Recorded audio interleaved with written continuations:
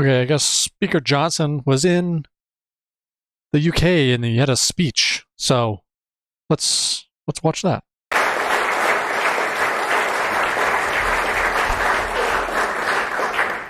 Thank you sincerely. Thank you, Mr. Speaker, Lord Speaker, Ambassador Steve. Just as a preempt, I think this is going to be. We gotta get yourself in your right mindset because this is going to be a politician speaking and not our normal Trump man speech. So this is going to be we have to hone in because it's going to be an actual political members speech. of the House of Commons, members of the House of Lords, and so many esteemed guests. It is a great honor for us to be here. A tremendous pleasure Already, to be with it's you going all. Speaker way Hoyle, better thank than you normal. for those kind words, your gracious invitation to be here today, my friend. It means so much Gosh, to it us. looks so British. It's a real detriment to follow Speaker Hoyle. I don't like to do this. Put it in, At the G7 speakers meetings, I just want you to know when he gets wound up and going, it's just like Churchill, and it goes on and on and on. And I try to speak before him at all times. I don't want to follow, but really, really grateful to be here. He has become a dear friend, and all of you, we've met so many great friends. My wife Kelly and I are truly touched by how warmly we've been received here, and having met so many of you in the past couple of days. What are you gonna do, we baby? walked away with this What are you sense gonna do, that we baby? do have close and dear friends here across the pond, and we have this shared heritage, and we treasure that. It is a profound honor to Oh, you mean like the War of 1812? Oh, you mean the Revolutionary War? Oh, be speaking in Parliament today, to be the first U.S. Speaker of the House ever given this honor, and I take it very Wow. seriously. As proud Americans, That's impressive, it is as though actually. we have returned to the spiritual birthplace of our own nation. And the history here, the weight of it is palpable, as you know. It gives you a certain sense of just being serious. I was going to roll on with a bunch of jokes this morning, but it doesn't feel right to be in this place at this time. We have returned at a pivotal moment, obviously, in the great histories of our countries, to mark this anniversary that we have in our nation and to celebrate what we've achieved together in the past, and importantly, to face and overcome together the challenges of our present day. And I want to Yes. tell you, my friends, we will do that together. That's what I bring you that message. well, When I met with first, Prime Minister but- Starmer at yeah. Downing Street yesterday, I told him that I thought his national address a few hours earlier was well done. He noted, of course, that the UK and the US are close allies and that our strong, constructive partnership all these years has been built on mutual respect and focused on results. I thought that was exactly the right message and the right tone. And because of that, we've always been able to work through our differences calmly as friends. We will continue to do that. I want to assure you this morning that that is still the case. I spoke to President Trump at I length guess so. yesterday, and I told him that I really felt that my mission here, that even though we planned this back in the fall, we didn't know how the events would develop over the last few days. But I told the wow. President that I felt that my mission here today was to encourage our friends and help to calm the waters, so to speak, and I hope to do so. As the Prime Minister said yesterday, let us look to agreement, continue our dialogue, and find a resolution, just as we always have in the past. What's the resolution to? What are we going to war? And in that process, I am confident that we can and will maintain and strengthen our special relationship between these two nations, send a message of unity and resolve to our allies around the world, and remind our adversaries and the terrorists and tyrants everywhere that our nations that are dedicated to freedom and justice and order and human dignity are stronger and more resolved now than ever before. I think it's a very important message. Of course, I mean, I we kinda do disagree, gather here though. at a unique and consequential moment in American history. This year, as noted, is the time we mark our 250th anniversary of our independence.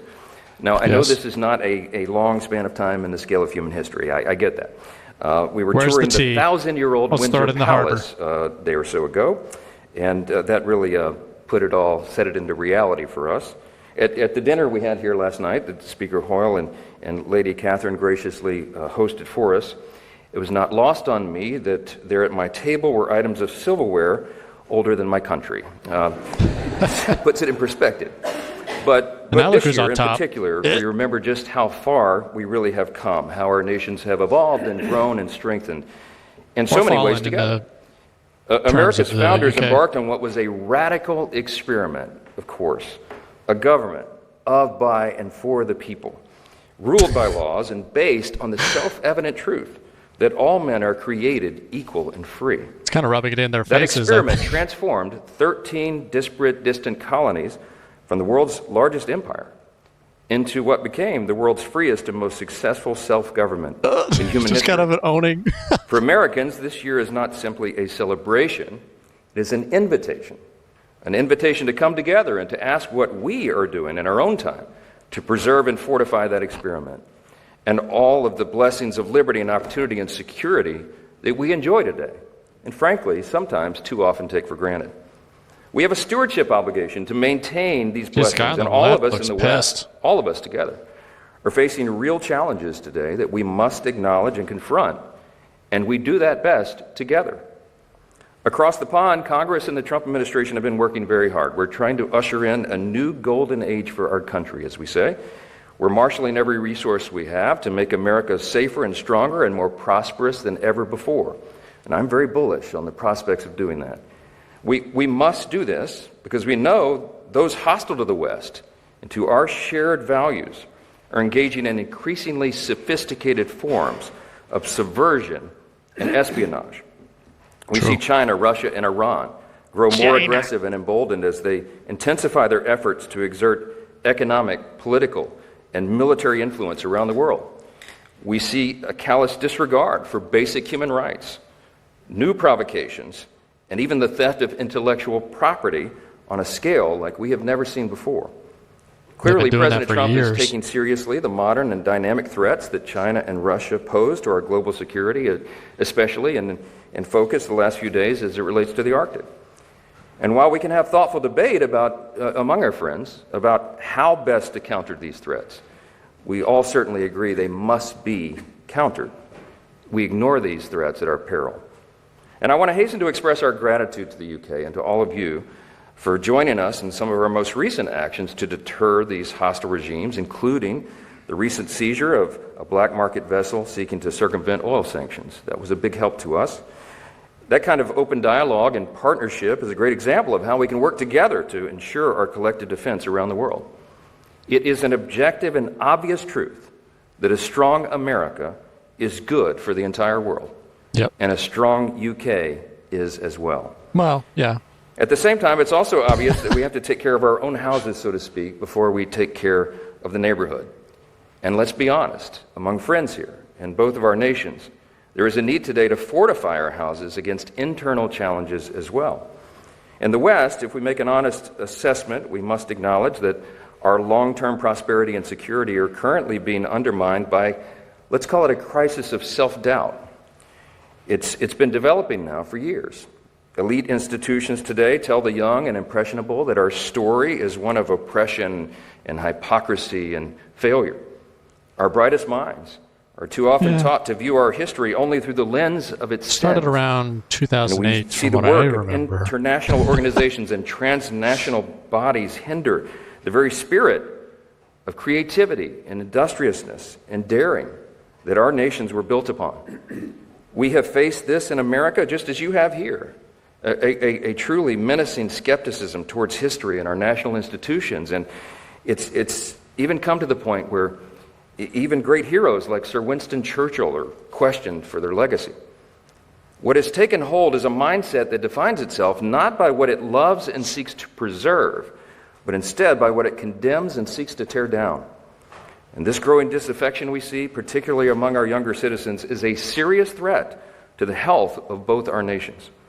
If the next generation is never exposed to the deeper wisdom of the Western world, or the enduring tradition of the British Parliament, or the genius of America's model of Republican self-government, then why would they feel any obligation to defend or preserve them? True. Fortunately, history teaches us an important lesson. Just over half a century after American independence, our country faced a moment of reckoning. It was 1838, and for the first time in our short history, America's founding fathers, the men who had led us through the turbulent years of our young nation, were no longer there to guide us. A growing disregard for the rule of law had taken hold at that time, and the cries of mob rule threatened every part of our country. A young legislator at that time, concerned by What year did he say? he saw as America's deteriorating regard for its past, charged his countrymen with an important choice. Would they uphold their duty and preserve the blessings for which their fathers pledged their lives, their fortunes, and their sacred honor? Or would they continue on the path of decline and self-destruction? The answer was simple, he said. This experiment in liberty could not survive unless the principles enshrined in the Declaration and institutionalized in our Constitution became their shared civic faith. That rising statement, he was just 28 years old at the time, would one day become president, and he would be called to confront the greatest stress test of the American experiment yet. His likeness stands just a few feet away from here, where we're gathered today, watching over Parliament Square. Abraham Lincoln, of course, wisely understood Wise man. that the philosophy of the schoolroom in one generation is the philosophy of government in the next. He knew that our national renewal would not come from repudiating our past, but rather from renewing and recommitting to our best principles, to appealing to the better angels of our nature. The struggle of Lincoln's time shows us that though America may be 250 years old, the question of how best to steward this grand experiment has always been with us. And age-old questions require age-old wisdom. In the West today, that's we crazy. see faith in our foundations and our It's like shared 3 old inheritance people away. weakening. And what we have to do is channel the wisdom of our predecessors to chart our own renewal. So what does renewal require? Just a few things. Well, first, it requires remembrance. This is such a politician's speech. It's not as exciting as old Trumpy boy. biblical admonition, in fact. We're to remember our blessings and from where we came. And the great British philosopher G.K. Chesterton warned, every high civilization decays by forgetting obvious things. Things like the dignity of the individual, the stabilizing role of the family, the human yearning for meaning and purpose, and the indispensable relationship between freedom and virtue. In short, we have to remember our foundations, and we have to describe what they are, because the generation behind us seems not to understand this. As Chesterton observed, America was founded on a creed that was set forth, he said, with dogmatic and theological lucidity in the second paragraph of the Declaration of Independence. We hold these truths to be self-evident, that all men are created equal, endowed by their Creator with certain inalienable rights, that among these are the rights to life, liberty, and the pursuit of happiness. That profound acknowledgement of obvious and undeniable truth shook the foundations of Western democracy, and with it, the course of human history. Our founders recognized that all of us are made in the image of God. And we fought these guys. And because of that, every single person has inestimable dignity and value. And our value is not related in any way to the color of our skin or what town or village we hail from, what our talents are, etc. Our value is inherent because it is given to us by our Creator. We built an entire nation upon that premise. And just as our citizens are endowed with God-given and unalienable rights, all nations and all people should adhere to the obvious laws of nature and of nature's God, as our documents say. In his farewell address, the father of our country, George Washington, gave all of his advice that echoes down through his countrymen, even today, and echoes down through the generations in reminding us how we would keep this republic, how we would keep this grand experiment in self-government. And he said famously, of all the dispositions and habits which lead to political prosperity, religion and morality are indispensable supports. And John Adams was our second president, and he said famously, our Constitution is made only for a moral and religious people. It is wholly inadequate to the government of any other. Gosh, we've pushed away Margaret so Thatcher much from that. put it even more simply. Freedom, she said, will destroy itself if it has no purpose. Lady Thatcher, just like our founders, understood that free societies that lacked a shared moral and civic foundation inevitably turn elsewhere to compensate. And that reminds us of another important lesson from history. We're at the brink right now. A healthy renewal requires the participation and stewardship of each successive generation. Here, too, the example of the American Revolution proves so instructive. Our founders didn't seek to build a new nation on pure abstraction or mere ideology, nor did they abandon the brilliance of the British tradition, even if they opposed the empire itself. Instead, they drew on the joint inheritance of the English-speaking world, an inheritance rooted in the wisdom of classical thinkers, asserted in the Magna Carta, embraced in common law in the writings of John Locke, and articulated in the Bill of Rights of 1689. These principles found, in the words of Sir Winston Churchill, their most famous expression in the American Declaration of Independence. For Americans, our independence is not a rebuke of our British roots, but rather a renewal of what is best, the best of what Britain had to offer the world. If renewal requires remembrance and stewardship, it also requires responsible citizens. Strong institutions are essential, of course, but when people are taught that their lives are determined by systems and structures, responsibility quickly disappears, and with it, their purpose and their meaning. In both of our nations, we have too many people today on the sidelines, Very particularly smart. younger generations. We should want our citizens involved, gainfully employed, and contributing to their communities, of course. Stable and thriving societies need families that raise children. They need churches and communities that form character, and patriotic men and women dedicated to leaving their country better than they found it. The simple truth is that freedom cannot survive if we outsource our responsibility as citizens. And this is a fact that remains true at a national level. We cannot fail in our responsibility to protect our people and their security. Amongst our allies, we see the UK and Europe stepping up as faithful partners here. And I want to declare that today. Whether it's NATO's nation's historic commitment to raise their investment in defense, which we applaud, or the AUKUS alliance deepening its cooperation in submarines and undersea defense, our partnership is proving that nations can prioritize their individual interests responsibly and at the same time make strides towards strengthening alliances and preserving the freedom and sovereignty of our nation states. Gosh. And our current U.S. ambassador to the UK, Warren Stevens, who sits here A little bit more up here with emotion me would be today, nice. said it recently very well. He said, "America first does not mean and will never mean America alone." Finally, renewal takes courage. Well, I slightly disagree. It could mean that one day if our other allies don't do something or don't agree or they may take action that is not America first, I would be willing to be alone as long as it meant America first. If that makes sense. We have to be willing to stand alone and be the penguin walking to the mountain. We have to be willing to do that.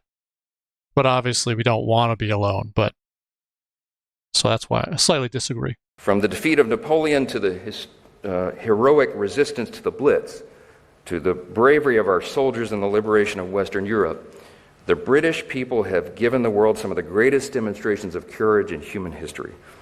You are the heirs of Burke and Locke and Smith, the home of Shakespeare, the cradle of free speech.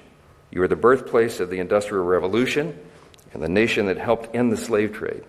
And from these shores, you set sail to pioneer a new world built on British custom, British fortitude, and British law.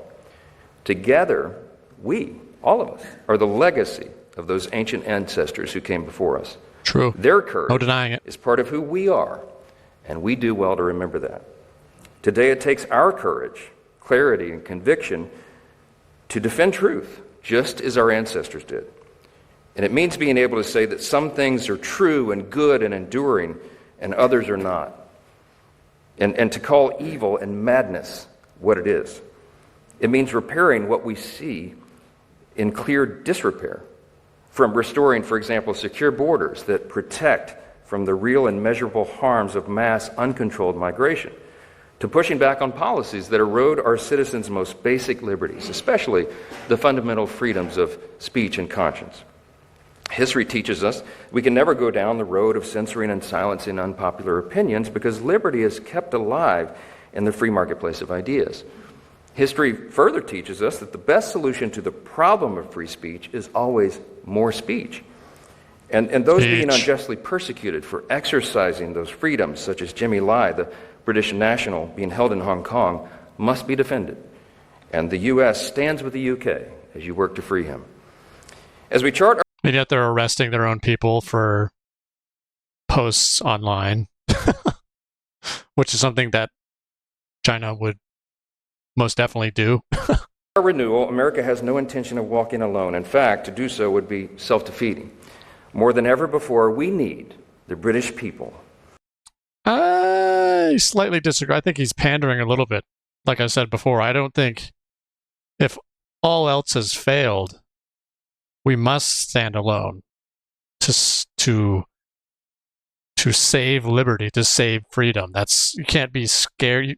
We don't need other countries, or else we should align ourselves with other countries like Poland, who seem to be upholding true values that really align with what we should want more.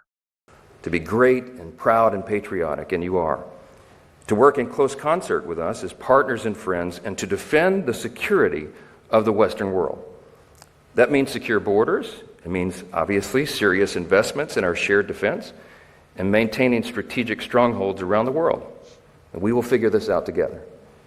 But again, the surest way that we protect this special relationship long term is by renewing and recommitting to our foundational principles.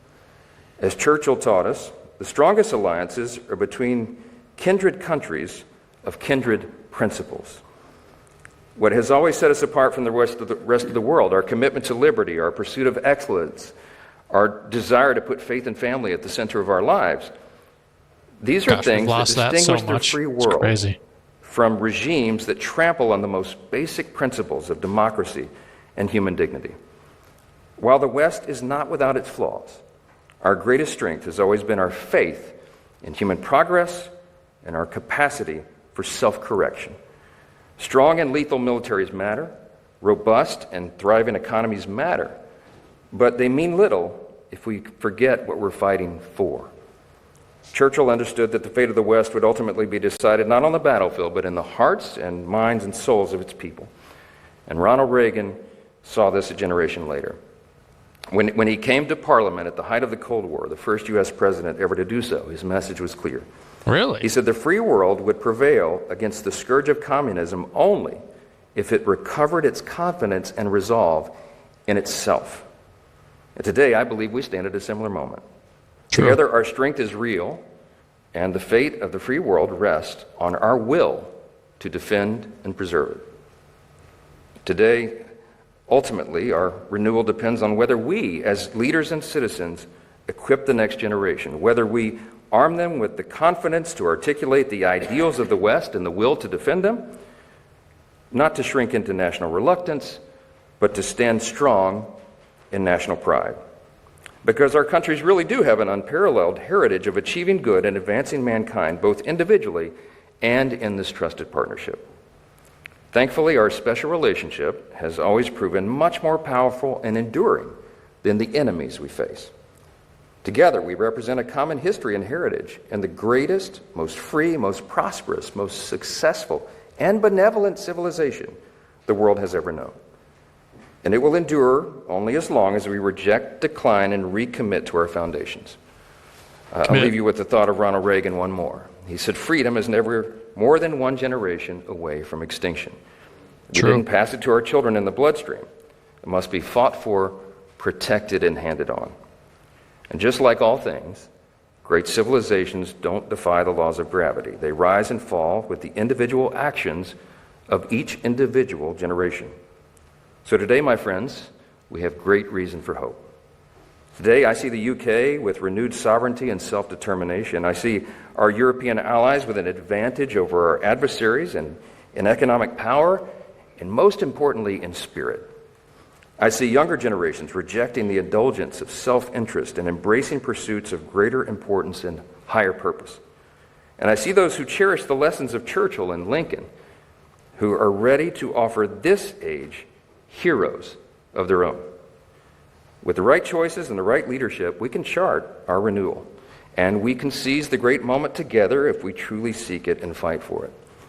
Thank you again for this profound honor. God bless you all. God bless the United Kingdom, and may God bless the United States of America. Thank you. What? Oh, yeah.